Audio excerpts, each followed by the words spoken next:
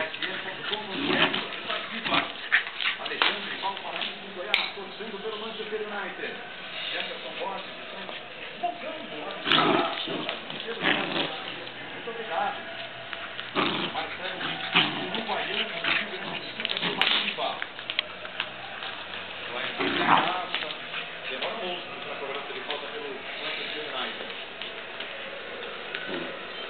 Vidic, trabalhando os dois zagueiros do United. Vidic lançou de pé esquerdo. A bola morreu na cabeça do João Terry. Júnior, deu uma fatigada, escorregou.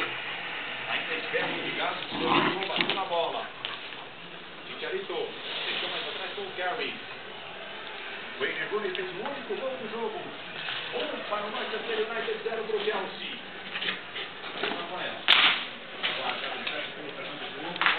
Referee, red key.